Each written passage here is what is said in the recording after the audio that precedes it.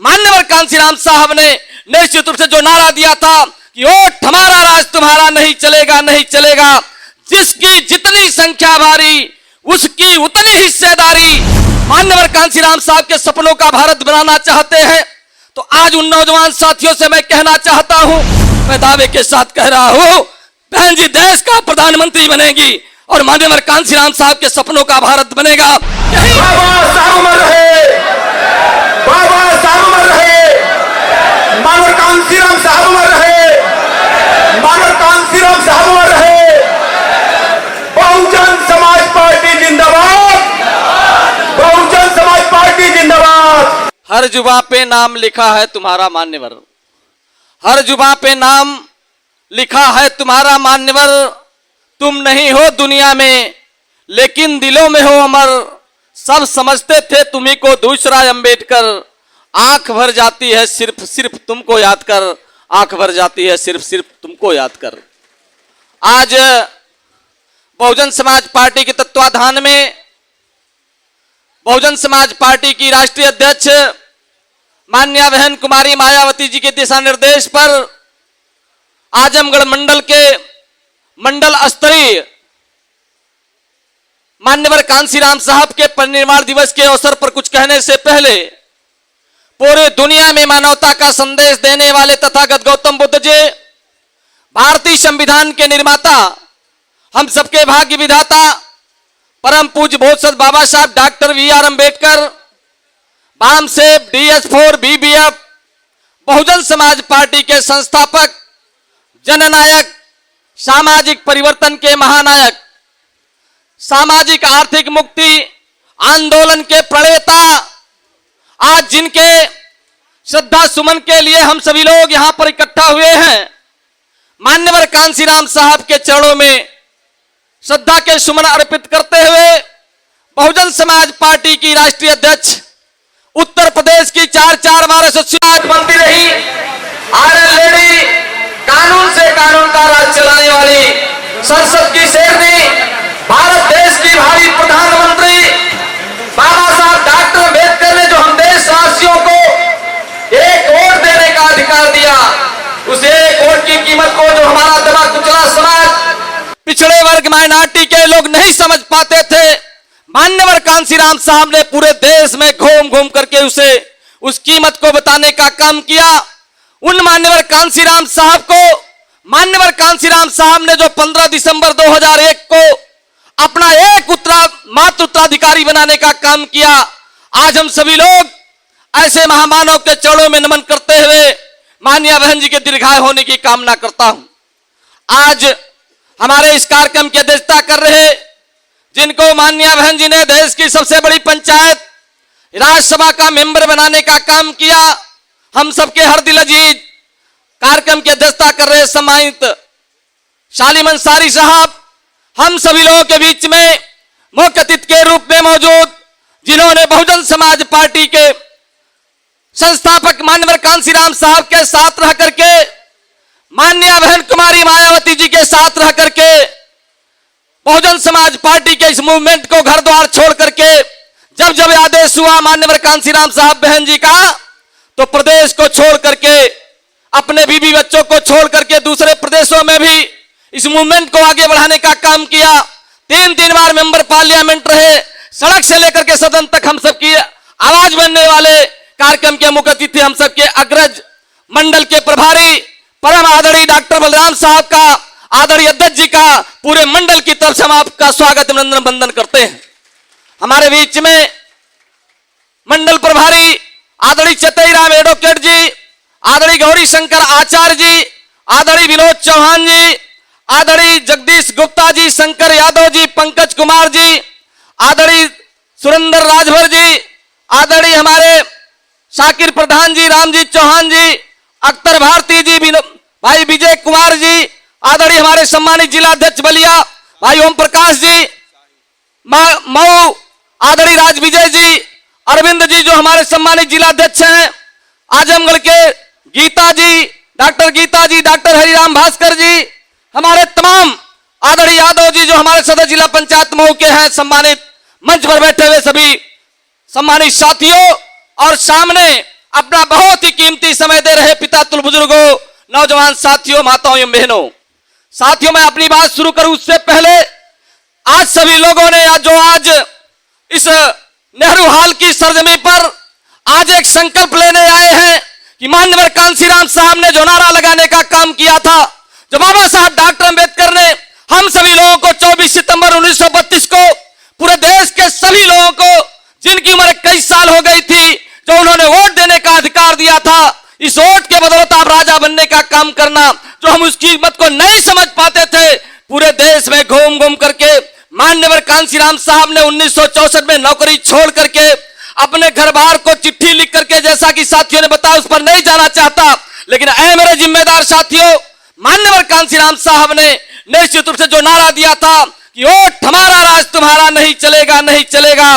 जिसकी जितनी संख्या भारी उसकी उतनी हिस्सेदारी, जब देने का काम किया तो एक पछड़े समाज के लोग नारा लगाने का काम किए माननीय कांसीराम साहब के सम्मान में कि कांसीराम तेरी ने कमाई, तूने सोती कौम जगाई। ऐ मेरे जिम्मेदार साथियों,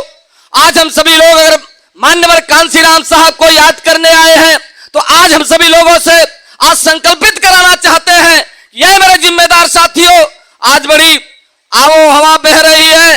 तमाम झंझावातों में हम लोग गुजर रहे हैं। लोग कहते हैं इंडिया में शामिल हो जाए बहन जी, लोग कहते हैं एनडीए में शामिल हो जाए, बहन जी ललकार रही है इस पिछड़े समाज के भरोसे, बहन जी ललकार रही है एससी एसटी के कार्यकर्ताओं के भरोसे, बहन जी ललकार रही है मुस्लिम समाज के भरोसे, और बहन जी ललकार रही है सर्वजन हिताय सर्वजन सुखा का नारा दे करके। यह मेरे जिम्मेदार साथियों,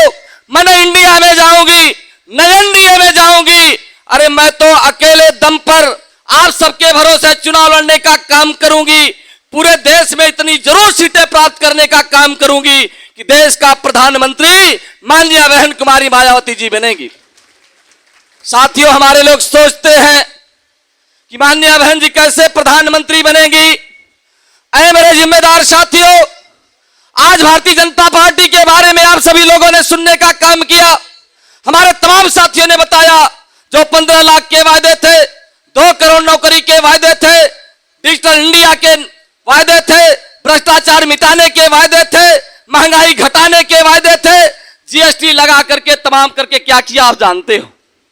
ऐ मेरे जिम्मेदार साथियों, मैं तो आपसे सिर्फ इतना कहना चाहता हूं, आप पिछले इतिहास को जब उठा के देखेंगे तो 3 बार जब बहुजन समाज पार्टी को हमारे भारतीय जनता पार्टी के लोगों ने समर्थन दिया था, मजबूरी में समर्थन देने का काम किया था, तो माननीय बहन जी ने जिन कम्युनिटी के लोगों को भारतीय जनता पार्टी नजरअंदाज करती है, ऐ मेरे जिम्मेदार साथियों, बहुजन समाज पार्टी का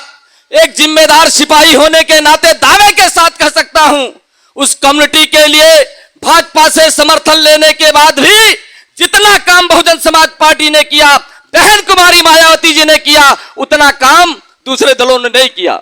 मेरे जिम्मेदार साथियों, आज हम आपसे संकल्पित होना चाहते हैं कि निश्चित रूप से अगर हम सभी लोग माननीय कांसीराम साहब की पुण्यतिथि में आए हैं, माननीय कांसीराम साहब के सपनों का भारत बनाना चाहते हैं, तो आज उन नौजवान साथियों से मैं कहना चाहता हूं, जो नौजवान साथी कहता है कि बहन जी मिशन से भटक गई, जो नौजवान साथी कहता है कि कांसीराम साहब के मिशन को बहन जी बेच रही, बाबा साहब डॉक्टर अंबेडकर के मिशन से भटक गई, ऐ मेरे जिम्मेदार साथियों, माननीय बहन जी के संघर्ष को देखो। माननीय बहन जी ने 21 साल की उम्र में माननीय कांसीराम साहब के नेतृत्व में अपने घर को छोड़ने का काम किया, शादी ब्याह न करने का फैसला किया और एक संकल्प लिया था 1977 में 21 साल की भरी जवानी में कि आज के बाद से मैं अपने घर को छोड़ने का काम करती हूं, शादी ब्याह नहीं करूंगी, मांग में सिंदूर क्या होता है नहीं जानूंगी, चूड़ी की खनक क्या होती है नहीं जानूंगी। और मेरे साथियों, 15 दिसंबर 2001 को लखनऊ के लक्ष्मण मेला पार्क में माननीय कांसीराम साहब ने पूरे देशवासियों को बुलाया था और सभी देशवासियों के सामने लाखों की संख्या में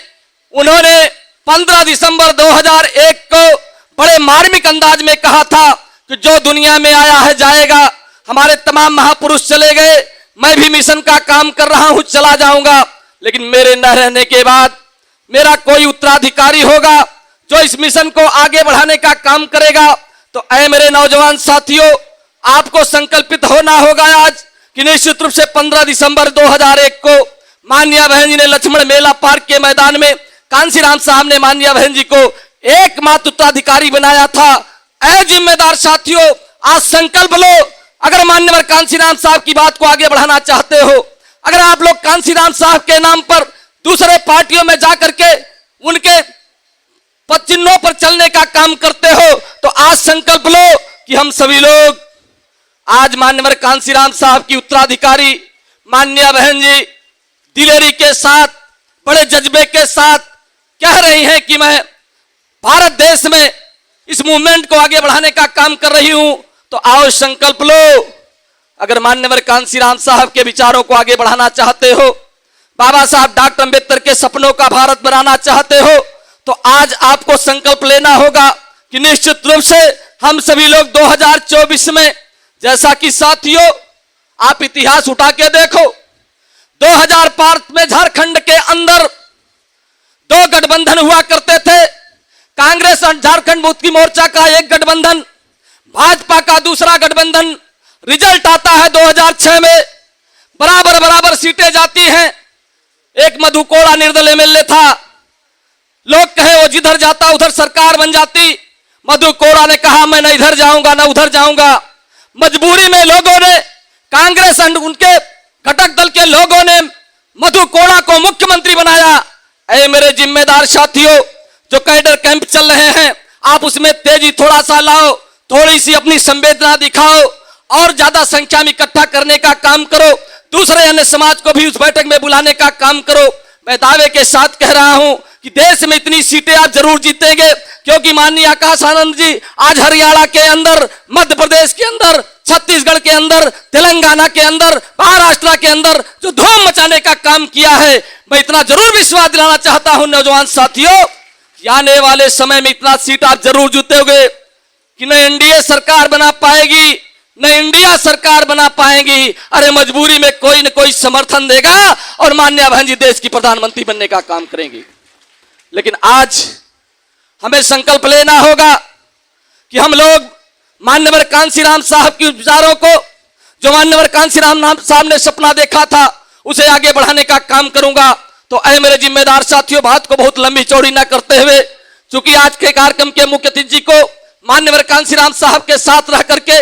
बहुजन समाज पार्टी को आगे बढ़ाने का मौका मिला है, तमाम अनुभव आपके बीच में शेयर करने का काम करेंगे, अपने उन अनुभव को बताने का काम करेंगे। मान्यवर कांसीराम साहब के साथ जो उन्होंने काम किया उसको आगे बढ़ाने का काम करेंगे। इसलिए मैं आपका बहुत ज्यादा वक्त न लेते हुए आप सभी लोगों का दिल की गहराई से धन्यवाद करते हुए मैं दावे के साथ कह रहा हूं,